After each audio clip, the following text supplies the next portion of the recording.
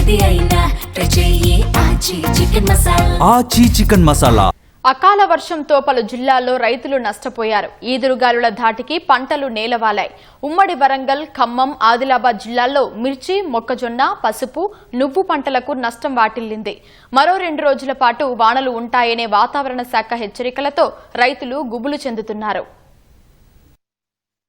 ఆరుగాలం శ్రమించిన రైతును అకాల వర్షాలు ఆగమాగం చేస్తున్నాయి. మహబూబాబాద్ జిల్లా కురవిలో అకాల వర్షం ధాటికి మిర్చి, వరి పంటలు దెబ్బతిన్నాయి. లక్షల్లో పెట్టుబడి పెట్టామని పంటలు చేతికొచ్చే సమయంలో వరుణుడు నిండా ముంచాడని వాపోయారు. మిర్చి కోత కోసి మార్కెట్కు తీసుకెళ్దామంటే మాయిదారి వానతో దిక్కుతోచని స్థితిలో పడిపోయామని ఆవేదన వెళ్లగక్కారు. ఖమ్మం జిల్లా వైరా, సత్తుపల్లి నియోజకవర్గాల్లో అకాల వర్షాలకు పంటలు దెబ్బతిన్నాయి. కల్లాల్లో ఆరబోసిన మిరప పంట వరదపాలైంది. కొనిజర్ల, తల్లాడ, వైరా, ఏన్కూర్ మండలాల్లో మొక్కజొన్న పంట నేలకొరిగింది. ఆరుగాలం శ్రమించినప్పటికీ వాతావరణం అనుకూలించక నష్టపోయామని ప్రభుత్వమే ఆదుకోవాలని వేడుకుంటున్నారు.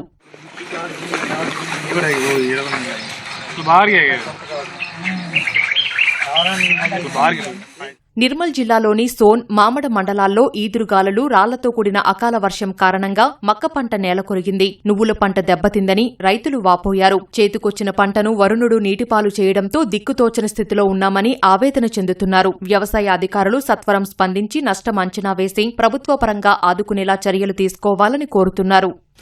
రాళ్లు, గాలి వల్ల మొక్కజొన్న బాగా ఖరాబ్ అయిపోయింది. ఇంకొక 15 days 20 days లోపల మొక్కజొన్న ఆల్మోస్ట్ కోతకు వచ్చేస్తుండే. దీనివల్ల రైతులు, ప్రతి ఒక్క రైతు చాలా నష్టపోయారు.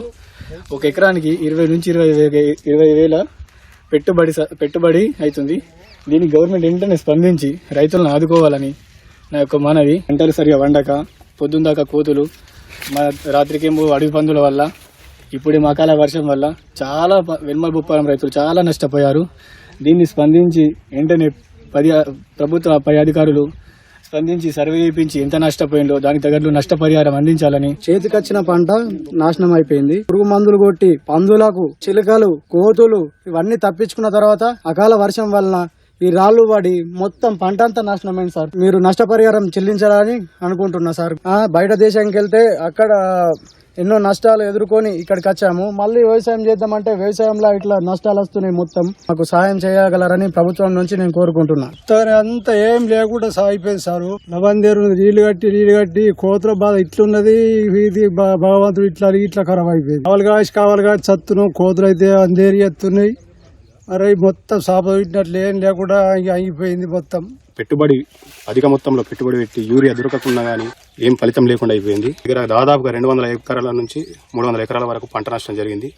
దయచేసి గవర్నమెంట్ దీని దృష్టిలో ఉంచుకొని ప్రతి రైతుకు సాయం అందించాలని గవర్నమెంట్ ను కోరడం జరుగుతుంది.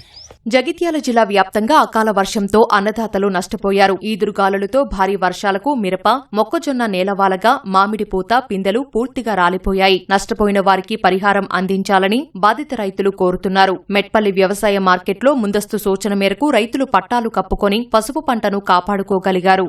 రాత్రి గాల్పు, సెడగొట్టు వర్షాలు బాగా వచ్చినాయి.